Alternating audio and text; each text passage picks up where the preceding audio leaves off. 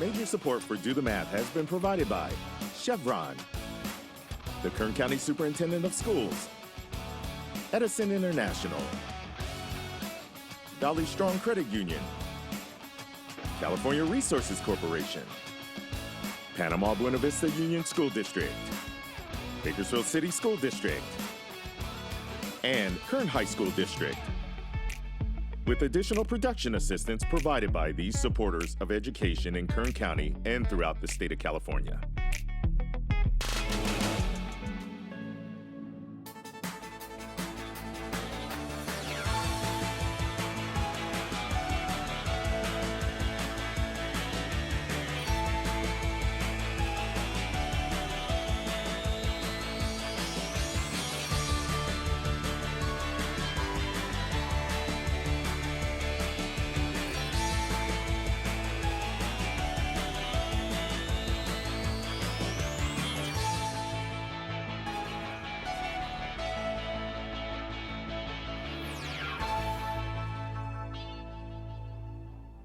Well, good afternoon and welcome to Do the Math. I'm Michael. I'm Mickey. And in studio with us we have Jayce. And Jayce, if somebody needed to contact us, what would they need to do?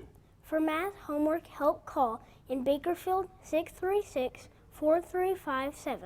Everywhere else, 1-866-636-6284. Email dothemath@kern.org.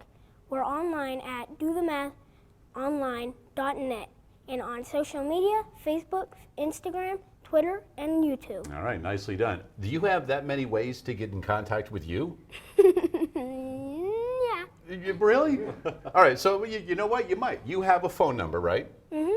You have your own phone or you use your parents'? I have my own phone. Awesome, dude. Check that out. All right, you have an email, right? Mm-hmm. Because I know at school you have an email account. Yeah. So you have email. Are you online? Like, do you have a website? No. Well, guess what? Do you have social media? Do you have any of that stuff? Facebook, Instagram, Twitter, YouTube? Tonight, Well, I have YouTube. you have your own YouTube channel? Or do you No. watch YouTube? I watch YouTube. Well, guess what? Tonight you're going to be on YouTube and people around the world are going to be able to watch you What? anytime they want. I kid you not, young man. I kid you not. So, what grade are you in and what school do you attend? I am in 4th grade and I go to Stockdale Elementary. All right, so how's 4th grade going? I'm good. Do you like going to school longer? Because 4th grade is when you have to go another half an hour, don't you? No, I do not like going. You do not like going another half an No. hour, okay. So is there anything you do like about 4th grade? No. It's all the same. It's all the same? It's another Well- year just going up. Gate. So you like GATE. Yeah. What do you like about that? It's getting away from my classroom and doing more fun stuff. Okay, so getting away from the regular classroom and having the ability to go do some different activities and some things that maybe seem a little more fun, but you're still learning at the same time. Yeah. All right, cool. Well, what are you working on in math in your regular classroom? I'm working on division with numbers in the hundreds place and division with numbers that you cannot divide evenly. So you're going to have some remainders left over. Yeah. All right, so I'll have you and Mickey work on some of those in a little bit. You ready? Okay. All right. But before we get to any of that, let's first take a look at today's Math in the News.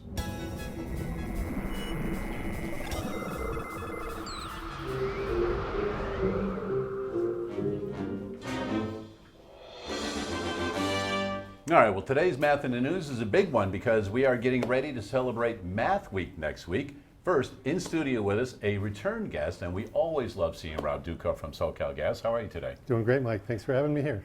It's always a pleasure to see you. What is your role with SoCal Gas? How long have you been with them? Things like that. I've been with SoCal Gas since 2008 here in Kern County. I am the public affairs manager for the company. And I know you've been a supporter, SoCal Gas, of the Do the Math program We have been. for a long time. Yes. So we certainly do We, appreciate that. we value STEM education. There you go. And in studio with us also we have Emily, and you're with the Mind Research Institute. Yes. And how long have you been with them? I've been with mine for about 2 years now. And what exactly is, because a lot of people have heard of SoCal Gas, Mm-hmm. but I don't know if as many people have heard of the Mind Research Institute. Yes, Mind Research Institute is a nonprofit social impact organization that's focused around the neuroscience and the science of learning about how students, like Jayce, learn math best. Okay, and I know that a lot of students, especially in my class, I talk to them about how math is supposed to be a challenge for them because they don't want they shouldn't have everything always easy for them, because then their brain isn't growing and developing. The challenge is what makes the synapses grow, and they become better mathematicians through that. Yes. Is that kind of like what you guys are doing also? Absolutely, and really thinking about problems deeply and having the conceptual understanding. It's one thing to memorize a procedure, but it's another thing to deeply appreciate and know and value where the math is coming from, so that students are positioned then to solve the world's most challenging problems as future STEM careers. Right, and I think a lot of collaboration also. Being able to work with other students and figure out their ideas, because in class some students may go, all right, I have a way to do it, I have them come up, they show it, and I want to see 7 other ways to solve the same problem. And I think that's of great value for students also, to see how other students can figure out an answer to the same problem in a different way. Yes, how we formulate models, build them up, break them down, all very important to the understanding of math. All right, so I understand what both of you guys do now, but how did you meet up and get together in this math week that you're going to be doing? Sure. Well, SoCalGas connected with the Mind Research Institute to sponsor Kern County Math Week. And so we're the sponsor. Mind Research Institute is putting it together in cooperation with Kern County Superintendent of Schools. And is this the first one? This is the first time it's been done in Kern County. Okay, and has it been done other places? It has. It's been done in Ventura County as well as Region 10 mathematics, so counties of San Bernardino, Inyo, Mono, and Riverside. So you practiced on them, and now you've got it set, and you're bringing it all to us in Kern County, and you've got everything ironed out, right? Oh, absolutely. Okay. And a big goal, too. We're aiming for 500,000 family math minutes in 1 week. Wow, 500,000 minutes in 1 week. Mm-hmm. Well, I know that you've got some information. I know we have some graphics to show you right now about some information about Math Week, and we'll take a look at that. So Kern County Math Week is coming up. It starts next Monday on the 17th and will end on Friday. And family time matters, and there's a code there, and we'll leave it up for just a moment, so that way people can take a photograph of that and they can gain some access to other information. But there's also a website on there. And how long has the planning been taking to get this together for this week? Sure. I think it started from a place of competition. Kern said we wanted to put a big goal for Family Math Week, and we've been planning for over a month now. And this is free to all families, correct? Absolutely. And they simply get online and they can select activities they want to do, is that correct? Yes, it's banded by different grade levels, so depending on the students that you might have in your home. The whole idea is to have a positive family math conversation in the home. So often we're bringing home homework or very procedural activities, and we want to broaden the lens, broaden the types of experiences families are having with math. So with Math Week activities, they all start with a story that incorporates culture and ancient history of mathematics and the beauty of mathematics into gameplay, so that families can participate in different games and have a wonderful family math experience. Yeah, because I know that in the past there have been schools that have had math nights, where you would have math and science activities at the school, and they would go around to the different areas and play or participate in one of those things and maybe have something to take home to do. But otherwise, it was just done and that was it. So you've got some things that the families are going to be able to go to and experience together more than one night. Absolutely. Really, Math Week was bred out of a brick and mortar family math night. And Okay, what we perfect. found by putting it online and having a whole week is that, one, families didn't have the transportation costs to and from school. Families could participate on the night that works best for them. So if you had soccer on Tuesday, you can still sign on and play on Wednesday. And a lot more participation because we all have the individual devices at the home and having those positive conversations. All right, well, Emily, if you do me a favor, just prop that box up so it's looking over at that camera right there. This is one of the games that students will be able to play. And you are now going to show Jayce how to play this game. So how about if I get this out of the way and kind of explain the storybook that goes along with it, and then we'll get going with you guys playing the game. So Jayce, we're going to be playing Achi today. Okay. And Achi is looking at how math is connected within the world, and we're going to go to West Africa to find out a little bit more about this game. So a long time ago, the Asante people of Ghana had some lost gold. And to measure the gold, they used all different types of weights and different patterns. But there's something about a square that made it extra special. So I need to ask you, have you played tic-tac-toe before? Yeah. All right, so that magical pattern looks a lot like tic-tac-toe, where we're gonna take these game places here and get 3 in a row.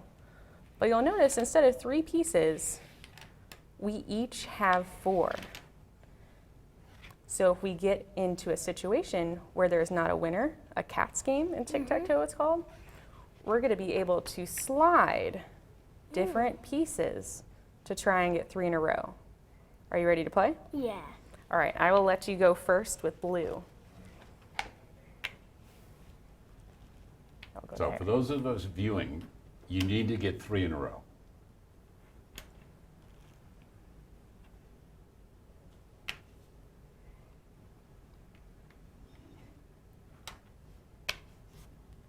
All right, and this is where the fun starts. So you have one option, or you have 2 options of where you can slide your blue. Okay. And I have just one option here of where to slide my red.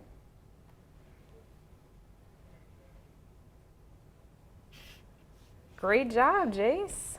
Good job. Nicely done, and a minimum number of moves there, I think, also, right? So Yes. nicely done. So Jayce, what were you thinking of? Did you have a strategy, or you were just waiting to see where she was going to go? I was just waiting to see where she would go. Okay. How about if you play one more time, all right? And instead of you going first, we'll have Emily go first and see if anything changes this time. All right, you want to try that? All right, go ahead and try one more time. I will start here. So I'm going to stop you right there. With your first move, do you remember where you went last time? Yeah. Where did you go? All right. And why did you decide to go in the middle this time? Because in the middle, you can go this way diagonally, or you could just go this way. So it seems to have more options. Yeah. Good. I just wanted to see what you were thinking.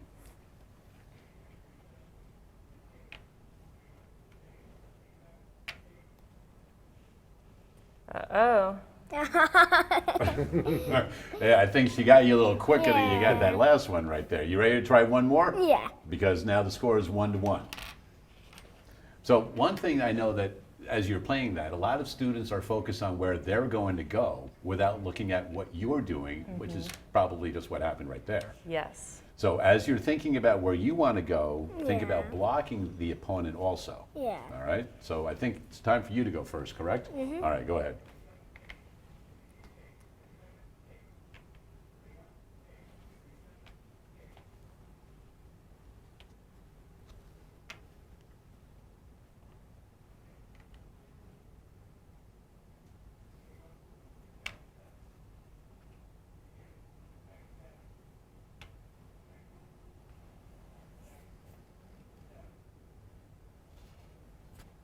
I like that move. Forcing me into it. There you go. Nicely done. All right. So, excellent game right there. So this is one of many activities. One of many activities, and we could ramp this up too if you wanted to start here on night 1. As we continue to read the story, now you get 3 in a row, and it needs to add up to 15. So we're thinking about spatial temporal reasoning, multi-step moves in advance, and different patterns of way we can reach 15. So a lot of mental math going on.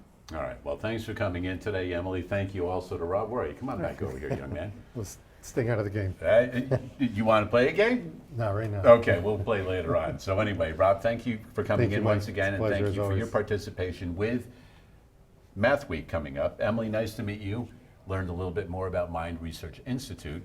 And let's take a look at the graphic one more time. So if families want to find out more about Math Week coming up, and it starts on the 17th, and is it just all day on the 17th they can start, or is that the time that you would like them to participate during that week? During that week, we're aiming for 500,000 minutes of math. We hope that you'll sign on and log your family math minutes so we can collectively celebrate at the end of the week. There you go. Nicely done. All right. So that is coming up all of next week, Monday through Friday. 636-4357 is the phone number. That is today's Math in the News. We do have phone tutors available until 5:30 most Tuesdays and Wednesdays. We have Jayce, a 4th grade student from Stockdale Elementary, studio with us. We'll be doing a little division with him in a few minutes. But first, we always have an opportunity on Wednesdays to show you where we go out and about.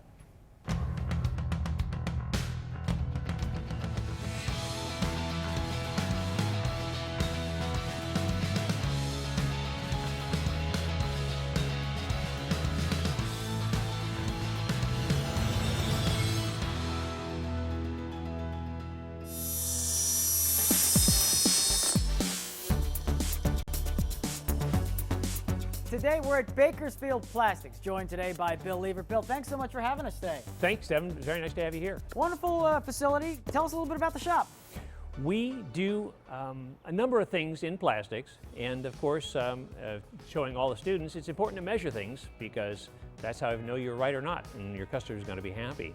We do things like carpentry in plastic, so we could have used plywood, but we use clear plastic instead to make all kinds of things like retail displays or guards at the cafeteria for food. We do those kind of things. Plastic's a pretty versatile material, and our viewers are somewhat familiar with it, but they may not exactly know where it comes from or the process of creating and working with plastic. So explain that process a little bit. Sure. Plastics have been kind of an accident. About 100 years ago, people experimenting in laboratories found weird things in test tubes, and they found that they would work better sometimes than wood, better sometimes than metal, than natural fibers and ceramics. And so many things are made of plastic because it's easy to form and it's very easy to make repetitive things, lots of them, very cheaply. So plastics are a good material to work with for lots of mass production things. And if you're going to create products through mass production, you're going to make a lot of something, and they all have to be very similar, then there needs to be a lot of precision, and the tools that you utilize have to make sure that some of the parts you make have a sense of uniformity, that they're all the same. And Sure. so there's a lot of tools here that enable that. Sure, if things are going to fit, they've got to be very precise. And think about nuts and bolts. Nuts and bolts before the American Civil War, there was no uniform standard for them. Now we have a uniform way of doing it. It's very precise, and you can test whether these will work anywhere in the world. So when you buy 1/4 inch 20 nuts or bolts, you know what you're getting. Now that's very important when you do have special projects come in. And I understand that there's a project that's come in that we'll be kind of walking through as far as concept to product today. Yeah, Devin. Mike brought by a project. It looks something like this. It's got some squares made out of plastic, and I think you trace lines inside of them. Some of them have 2 lines in them going one way. Some of them have 2 lines going the other way. There's several of these things, and we'll show you how we're going to make them. So we start off with a sketch, right? A concept with some measurements built in as far as ultimately what we'd like these to be. And so where do we go from here? We go and we measure them, and we draw them on a 3D computer. So we'll make a 3D drawing on a computer, and that will then be used to go to a machine that'll cut them. How long of a process does this generally take? It depends how complicated it is, and depends how precise something needs to be. These are not really all that precise, so we don't have to go to 10,000ths of an inch, but we'll be able to measure them, draw them, make a cutting file as to how it'll be cut. And it's interesting, this same file could be used on a laser cutter, it could be used on a mill, it could be used on a 3D printer even. So the same concept of drawing works backwards and forwards with different types of processes, so it's worth learning. It's tremendous, Bill. So when we come back, we're going to head into the computer lab, and we're going to take a look at how this is processed digitally to go from a file to the real thing. Until then, we'll send it right back to the studio. Mike, take it away. All right, thanks for that, Devin. Also, thank you to Bakersfield Plastics. And as a matter of fact, the plastics that they were talking about, we have in studio with us right now, and we'll be doing a little project with these plastics in a little bit with Jayce, doing some art with them. But we want to say thank you once again to Bakersfield Plastics for producing these, making them for us to use in the studio and with students as they come in. All right, young man, you ready? Mm-hmm. You said you were working on division, so we're going to start on some basic division right now, you and Mickey. When you go over, I would like you to explain to Mickey as much as you know about division right now and how you think you would go about solving the problem. Sound good? Mm-hmm. Take it away, boys. All right, grab a marker and I'll grab the other one. All right, so we have this problem, 128 divided by 10. Go ahead and tell me what you know about it and what you would want to do. So first you would want to take the 10 and on a multiplication chart, which I don't use a lot, you would get to where you would get close enough to get to 28, but not over. So that would be 120. So it would equal 12, and I forgot how to work it out. You're on the right track. So with my 6th grade students, I always like to ask a couple questions. What I'm doing in division is I'm looking and saying, okay, what is the first place value you see here? 1. It's a 1, but what's the place value? What's the name of that spot? 100. The hundreds place, right? If I only have one hundreds block, you remember the hundreds blocks from your younger grades? Yeah. All the yellow cubes put together? Yeah. If I only have one of those, can I take that and split it into 10 groups? Yeah. You can? I can take one of these and give it to 10 people? Yeah. Do I have enough if I only have one? Yeah. So if I have one of these, and I go, here's one for you, do I have another one for me? Yeah. But I only have one. Oh. Well, Yeah, there we go. Okay, there we go. Yeah, Click, there it you was. were dividing. Perfect, right? So if I have one of these, I can't give it to 10 people. Yeah. So instead, what I do is I regroup it. I split it into pieces that are 10s. Remember the 10s ones? They're the Yeah. sticks that have 10. So a lot of students will say, well, I can't take the 1 and split it into a group of 10. Yeah. So instead of doing that, does your teacher ever say, no, it's not 1, now it's 12? Yeah. Here's why. That 100 block just became 10 of the sticks that each count as 10. Yeah. And then I look at the other 2. 1, 2. What's 10 plus 2 give me? 12. 12. Now, if I have 12 of these, can I give some to 10 people? Yeah. How many will each person get? 2. So what's 10 times 2? 20. That's 20. Do I have 20 pieces? No. I don't have enough for 2, so each person's going to get 1. 1, which is why the 1 goes up here. And what's 10 times 1? So if I have 10 people and each person gets 1, how many am I using? You're using 10. Perfect. So let's subtract 10 from the 12. We're going to write minus 10 right underneath the 12. Let's do that subtraction. What are we left with? 2.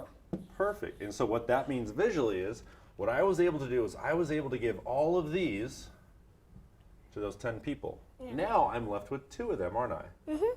But this isn't enough for me to share, is it? No. So look at these 8s. What place value is the 8 in? The 1s. The 1's place. Could I split this stick of 10 into 1s? Yeah. It would. This stick would, instead of being one stick of 10, how many blocks would I have? 10 blocks. 10 blocks. So what I want you to do is I want you to make 10 blocks over here for the first one, and I'll make 10 blocks for the second one.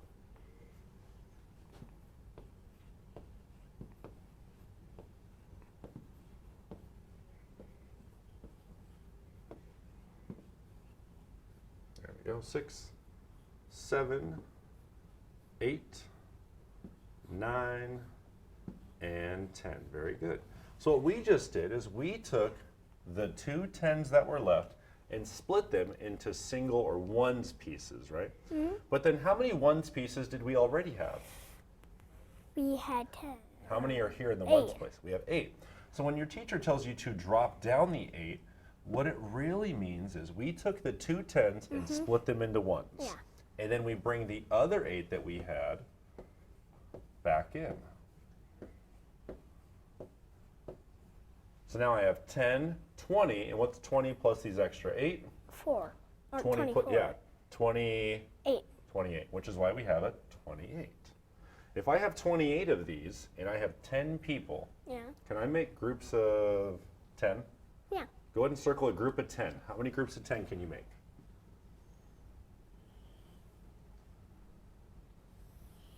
All right, one whole group of 10. Any more groups of 10 up here, you think? Up here. So go ahead and circle 10 of Oh. them, wherever you want to make 10 of them. Very good. Is this one 10? No, that's 8. Oh, let's undo that one. I got you. Here you go. Oop. There we go. So, how many groups of 10 could we use? We could use 2. 2. So my 2 goes right up here. How many of those blocks did I just use and I can now take away? You This used was 20. 10, 20. Perfect. So let's subtract 20 down here. Let's line those up though. Let's line up the 2 with the other 2 and the 0 with the 8. We want to line up our place values. Perfect. So when we subtract that, what's left? It's 8. 8. Well, if I do a little erasing here, there's the first 10, the second 10. What are we left with? 8. Would we be left with 8 over here? Yeah. Yes. So, do I have a remainder? How many blocks are remaining?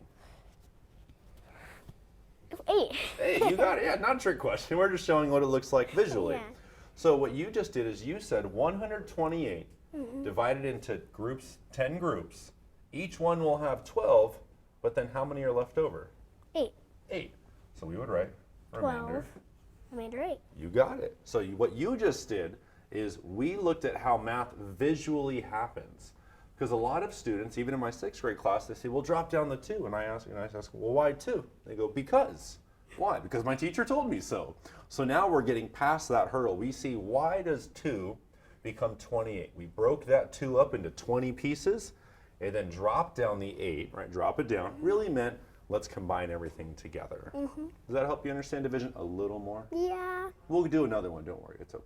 Yeah, That was a we'll great do job, some though. more, but for a Nice great job. first effort right there, you've got yourself a meal Nice courtesy job. of our friends at Chick-fil-A, so congratulations on that. You like Chick-fil-A? Well, I'm if sure you've some of never your been there, family now did. you You have an love it. opportunity to go. You go over and say hi to Troy, and he'll Very treat you nice. to Nice a job. meal over there. There's some great supporters of Do the Math.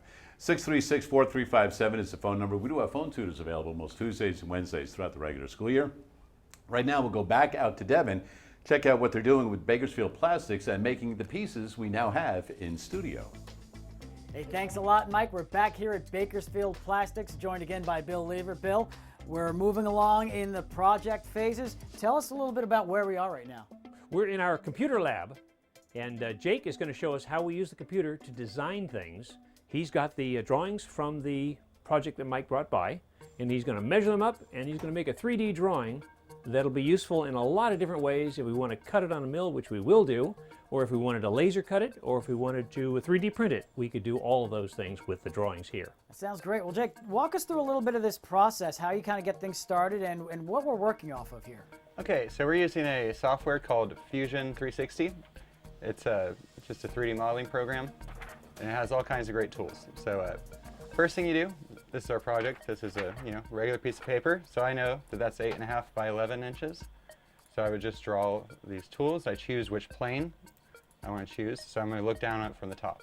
Very similar to a coordinate plane that students might explore in class, X and Y axis. And I'm going to use this rectangle tool to just draw it, and it lets me put in the measurements here. 11 on the x-axis and 8.5 on the y-axis. So then I'm going to measure these little things I got to put in here. Now tell us a little bit about the tool that you have here. It looks a little different than some rulers that some of our viewers might be familiar with. Yeah, it's called caliper, and it has a digital reading, so you stretch it to how far you need, and it gives you a pretty accurate measurement, but not as accurate as the micrometer that Bill might have shown you.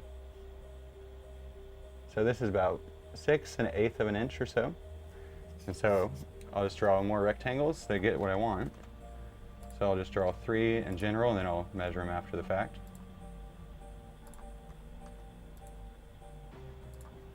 Let's see. I measure the width is about 1/4 inch there. So I'm going to just define them. So make these 0.25.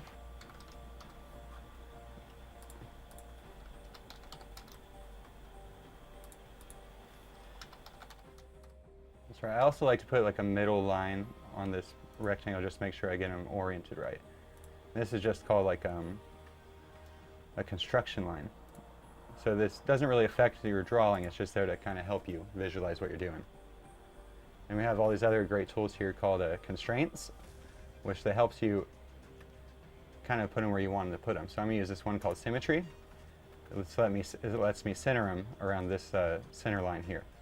So our viewers might reflect on the concept of symmetry as if you were to fold a line right through the middle of it, the shape would be identical on both sides of that line. And so this is a great application of that skill and that definition.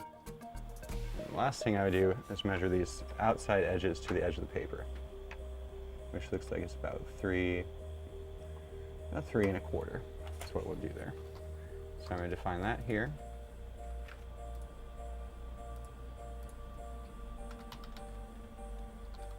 All right, and then your draw line's pretty much complete. And to make it into 3D shape, then we use this extrude tool, which lets you take your draw line and pull it into a three-dimensional shape. Now I'm going to choose 1/8 of an inch. So if you look at it from the side, you can see it's 1/8 of an inch thick, and it's got your holes through it. So if we think about the concept of length and width when we had that flat surface, now we're talking about height as kind of, if we think about volume, as the thickness of this, what will ultimately be our final product. Yeah, you see now it has a z-axis instead of just an x and y axis. Now that's interesting because a lot of our viewers may only be familiar with X and Y. Now all of a sudden we have this third dimension of height or depth, or thickness in this case, and that's referred to with another letter, the z-axis. So that's a whole other coordinate to start to consider as we come off of just a flat plane now onto a three-dimensional space to work through. That's tremendous. So now we have this file is complete. Where does it go from here? Well, we have to actually get it ready to go on the mill, so we use this CAD program here. And this is how this computer communicates with the other computer. So you make a new setup, and you'll tell it the dimensions of your stock. And this has a little offset that I don't want to use there. You see you have our coordinates right here? Right there. That's the origin. That's right. Yep. But we usually like our origin at the top left because that's where it's at on the mill. Excellent. So we're going to make it the same right here. So now it's on the top left, and it matches up with out there, and then you just choose a way to cut it. And I'm going to use this cutting called a 2D contour. So essentially just traces around an edge and does it at whatever depth or multiple depths that you want to cut at. So before this even goes to the mill, there's even a way for you to get a sense and see exactly how this is going to cut before we go out there. Yeah, that's right. This is called the simulation feature. Essentially, it has like a representation of your end mill here and your material, and I'll press the play button here, you see what it does.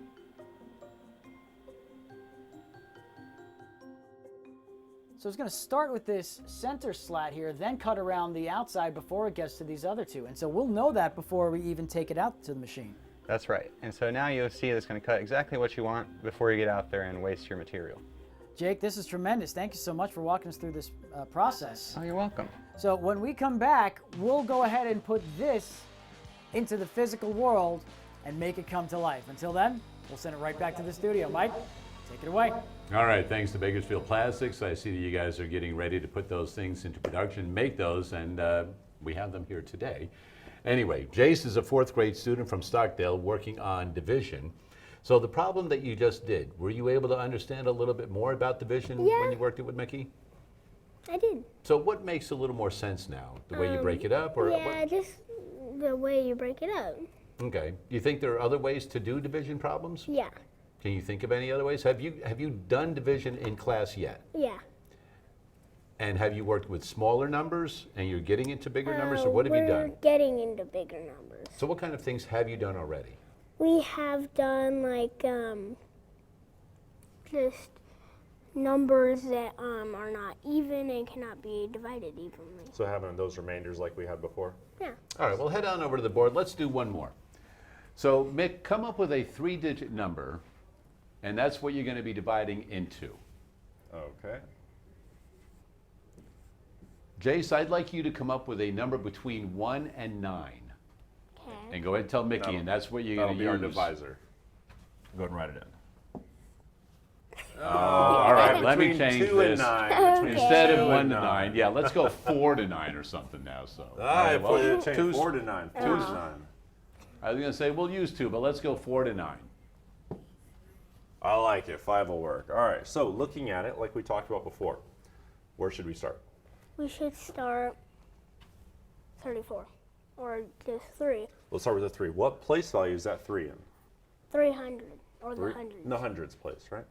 If I have 3 in the hundreds, am I allowed to split that into 5 groups? No. Do we have enough? No. So instead of having 3 in the hundreds, what do we actually do with it? We will break it up. We'll break it up into tens, won't we? If I do that, how many tens would I have from 3 in the hundreds? You will have 30. 30.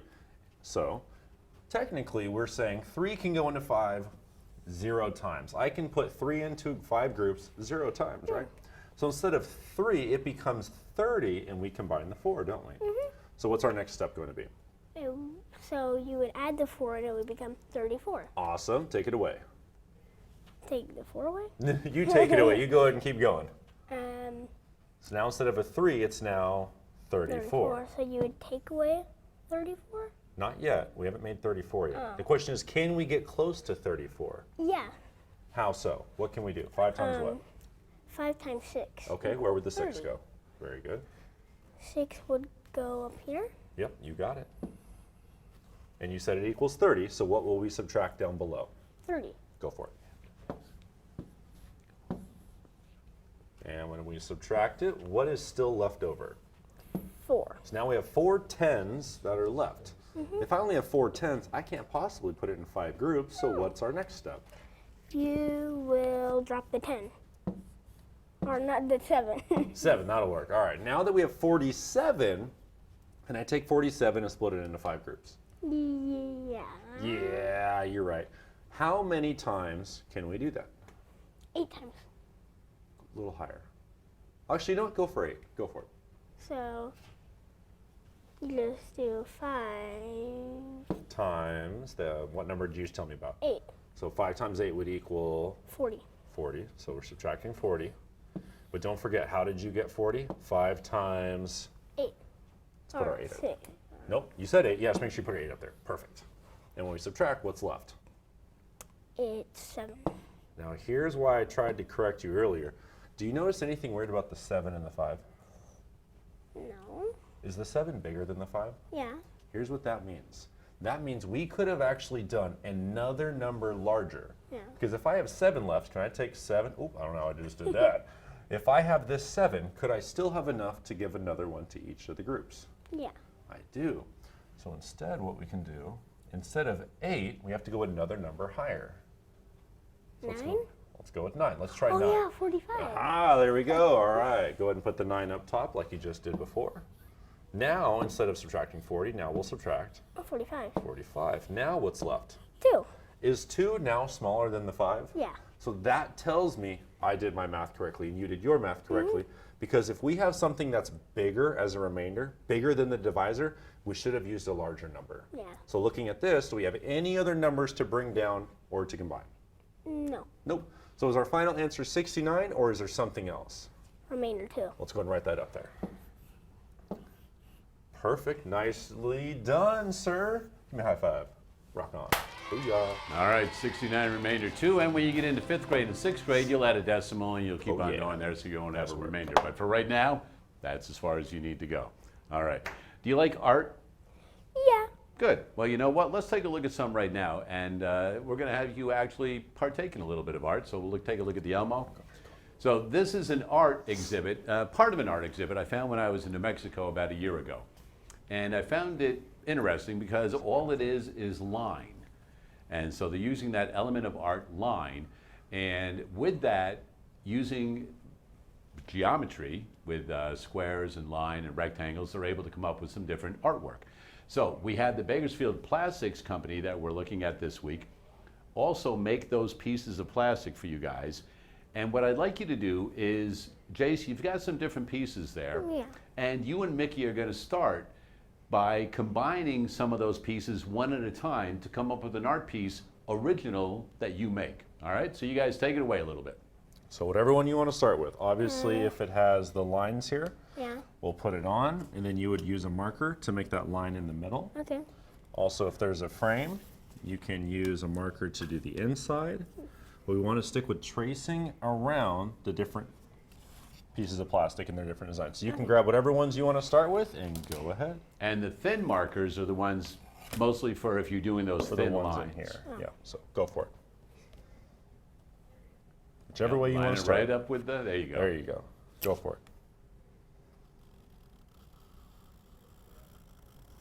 Nice blue line, well done. What do you want to do next? We have some that have 2 lines, some that have 3. A picture frame sort of design. There we go.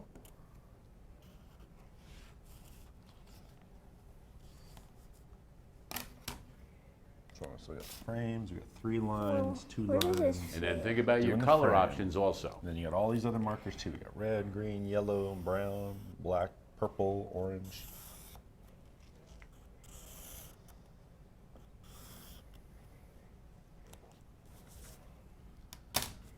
What else? What else would you like to use? Going for a different color change. All right. We got 3 lines, 2 lines. Then just line up the paper There we go. with the corners. Perfect. Pretty close. That's our, here we go. We'll get these papers moved out of the way. There we go. All right, you want to use a 3-1 like this? Yeah. Okay, here you go. Whoa, wait, look at that. That line lines up, doesn't it? So do you think you want to trace over it or move it a little bit? Or you want to do the other ones? Okay, loving it.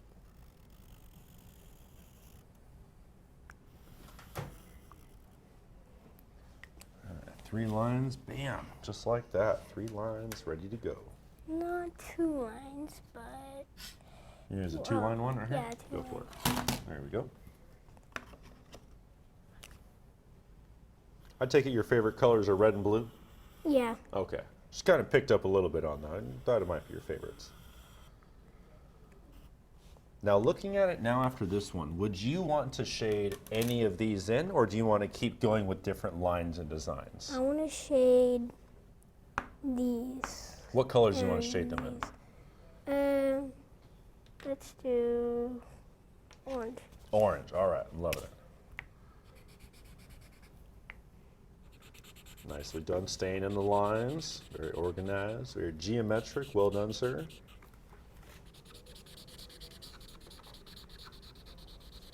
So as Jayce is working on that, let's take a look at the Elmo once again and see some of the other artwork that was produced and see how similar it is to what he's working on right now. So it seems as though that basic frame that Jayce was working on and the color that he's choosing right now is kind of between these two, it looks like, based on how many he's going to shade in altogether.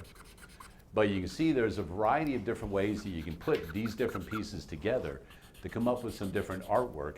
And it's actually a printmaker that came up with these.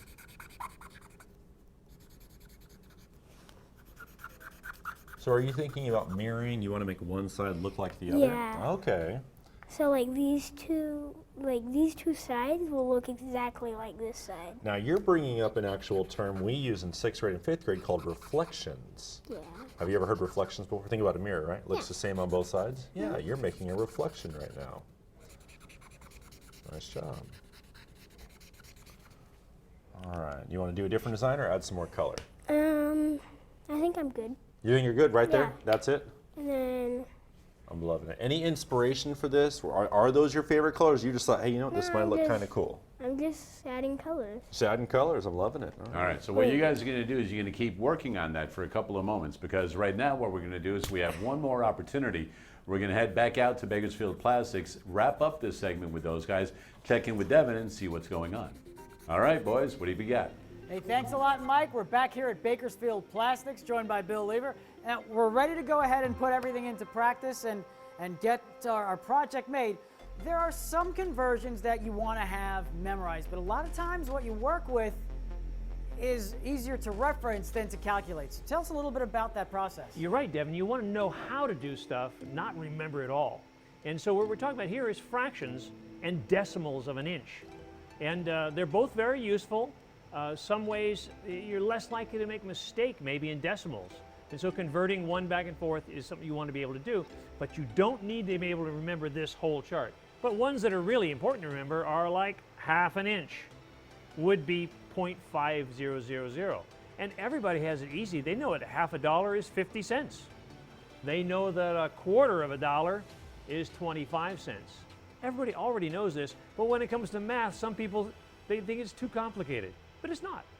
So a half of a quarter of an inch is an eighth of an inch, and the decimal there is 0.125. And if you add 0.125 and 0.125 again, you get 250. Now we're ready to put it, and we're back here with Jake. So tell us a little bit about where we're at right now with the file that we just created. Okay, well, we have the file loaded in the computer, but we just have to have the machine set to make sure it knows the Z location. So what we're measuring is from the end of this tool, like this is the Z finder here. It's 2 inches tall, and we're going to tell it, the computer, that we want to find to the measure of the top of the material. So we'll set this right to 2 inches, and you can see the dial go there. It's going to move towards the 0. And like Bill was just showing on the chart, we have to measure to the top of the material, which we know is about 1/8 of an inch thick. So we're going to take what we know that this is 2 inches high, and we're going to tell the computer that it'd be 1/8 inch off the plate. So we're going to type in 2 minus 1/8 of an inch, or 0.125 is going to be 1.875. And so now the computer knows that. So it's not going to go too far down. It'll just go right to the bottom of this material, right above the plate. The way we had it set up on the computer is that this is the origin right there. X, Y, and Z goes down into it. So you're setting up what's going to be the point right here. You have a little extra material here on the outside, don't you? Yes, so that's we're right. going to cut, we're going to start cutting in the center like we saw. Then it's going to go around the outside and take just a little bit, and then it'll come back and do the insides. But he's trying to establish where he is right here, and nobody's perfect. You can see we've cut this aluminum plate a few times, so we don't want to do that today, but it's not a disaster if we do. Okay, so just have to get this on here. We stick it on with this double-sided tape here. Excuse me. And let's put your origin right up here. The aluminum plate's the exact, and you just get it over the edge a little bit. Is that right? Yeah, that's right. I make this piece just a little bit larger than the piece. It's a 1/4 inch larger both directions. So that way I have a little room for error, or my error. All right, that's set up, and we just press this green button here to start the whole thing.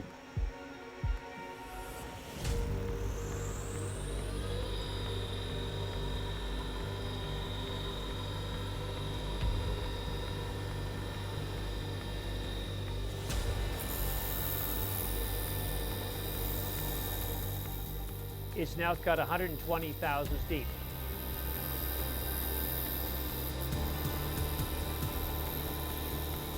Now what's interesting too, at every step of the way, as the surface moves, you can see the location of the mill along X, Y, and Z coordinates. The trick is that the tip of the tool has an X and a Y and a Z location at all times. So that's exactly where the tip of the tool is right now, 5 inches and just a little over 1 inch.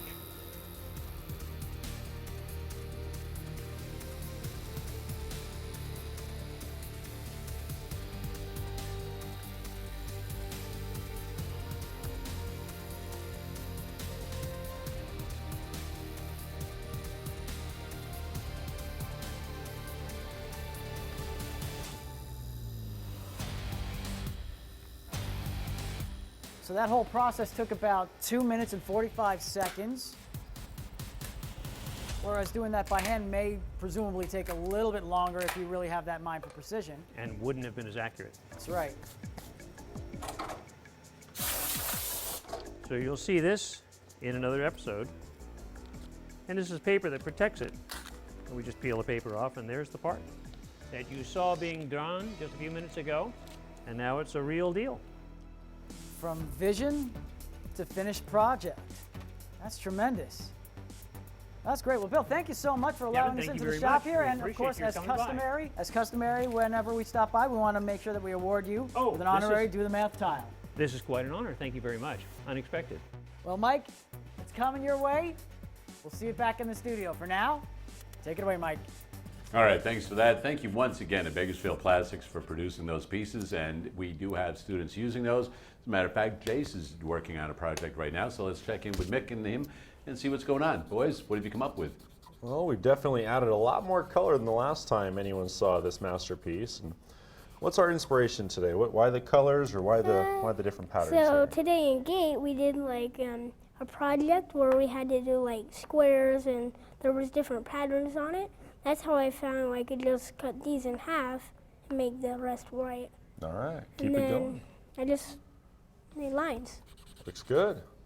Yeah, it's always amazing. I mean, just to think it started with a white piece of paper, a couple plastic frames, and different designs. All of a sudden, we have geometric shapes, different patterns, reflections, all sorts of stuff coming out of just a couple plastic frames and some lines on them.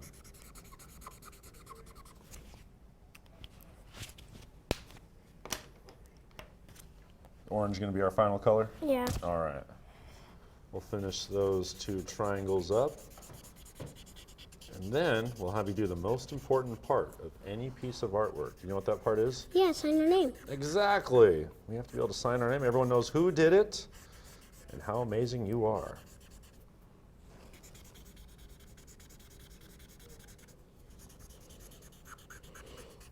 Done. Now, do you Maybe want to use one of have the it? thinner ones to sign. Now, would you want to have it sit landscape or portrait? Landscape. Landscape. All right. Go ahead and sign it.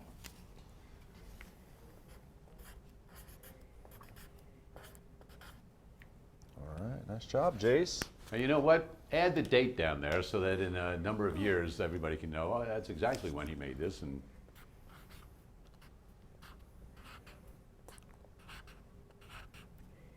Nicely done, Jayce. Give me 5, man. Nice artwork. I'm loving it. all right. All it took was a Great couple job. lines Let's and take a markers. look at the Way to artwork go. once again that inspired this whole project. And this once again was at a museum that I found over in New Mexico and saw this and just figured this lent itself perfectly to art and mathematics, part of all of the STEAM activities that are going on all over the place now. So if you did a project like that in class, can you think of any way that you could apply math to what you just produced? You could make the triangles smaller and more color. Okay, so you could do that. Something simple is you could do how many orange pieces are there, Yeah. right? How many blue pieces are there? You could do something as simple as that. When you get into 6th grade, what you'll have to do is you'll have to measure the entire area of it, Yeah. and then you'll have to figure out what is the area of the green only. Yeah.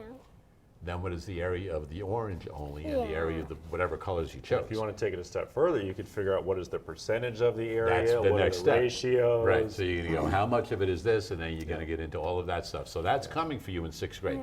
That's a promise, okay? So something for you to look forward to. You ready to do a little more division? Yeah. Because I know you're kind of getting the hang of it, but I want to make sure that you feel pretty good about it. All right, head on over to the board. I shall come up with a problem this time. Oh, here we go. 1,223 Whoa.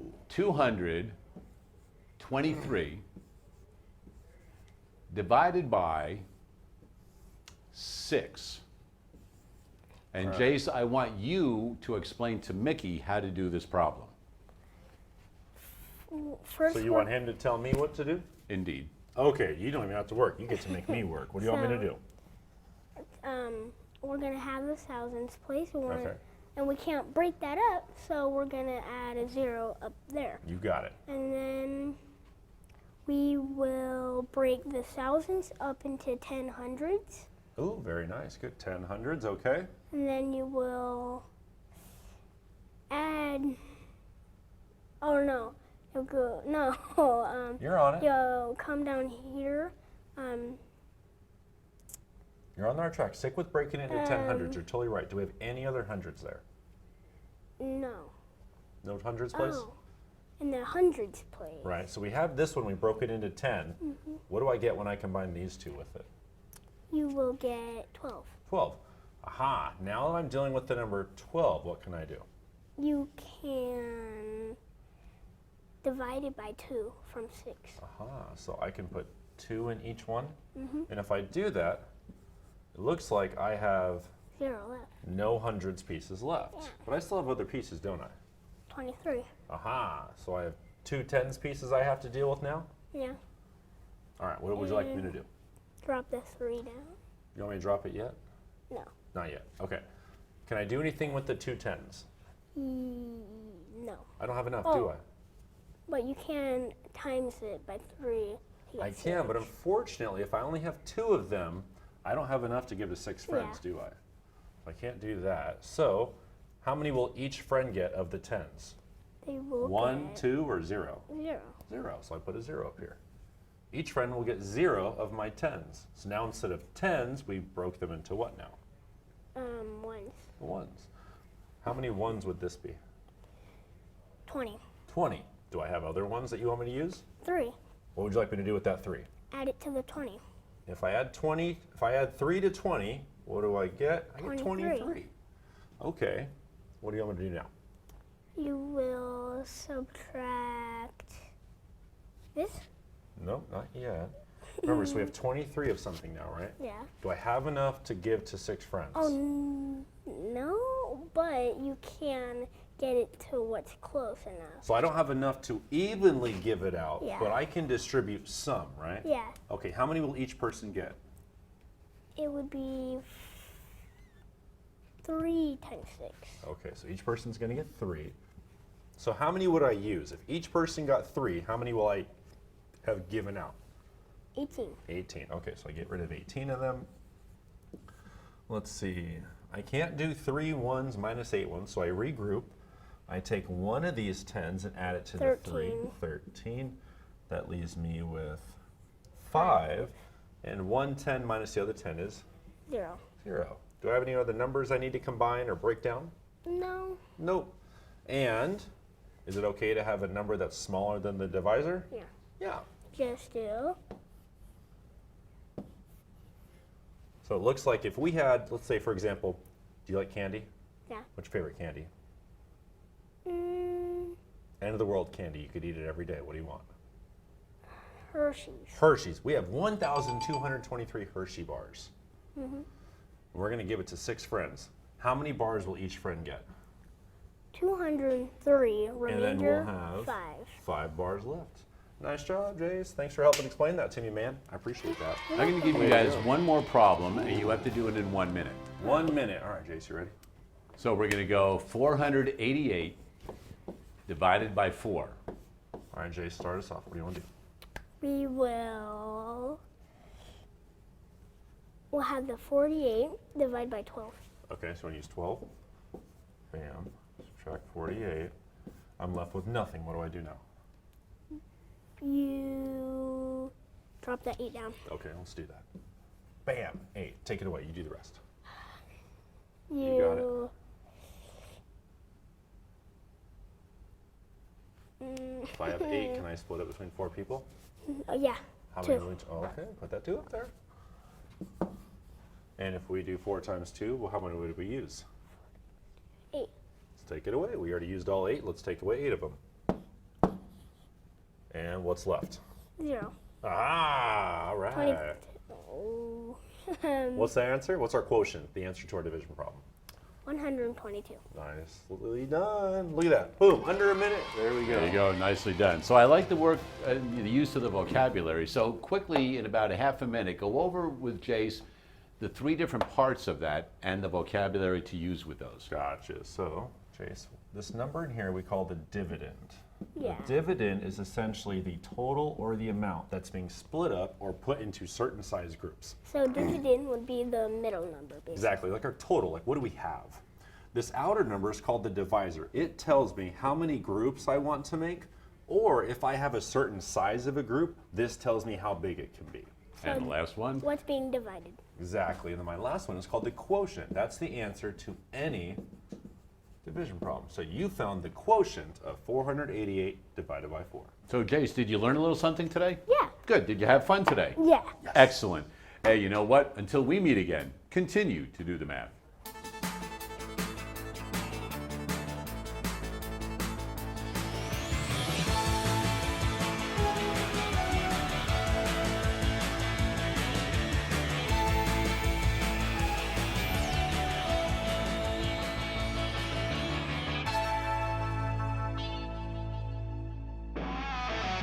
Major support for Do the Math has been provided by Chevron, the Kern County Superintendent of Schools, Edison International, Valley Strong Credit Union, California Resources Corporation, Panama Buena Vista Union School District, Bakersfield City School District, and Kern High School District, with additional production assistance provided by these supporters of education in Kern County and throughout the state of California.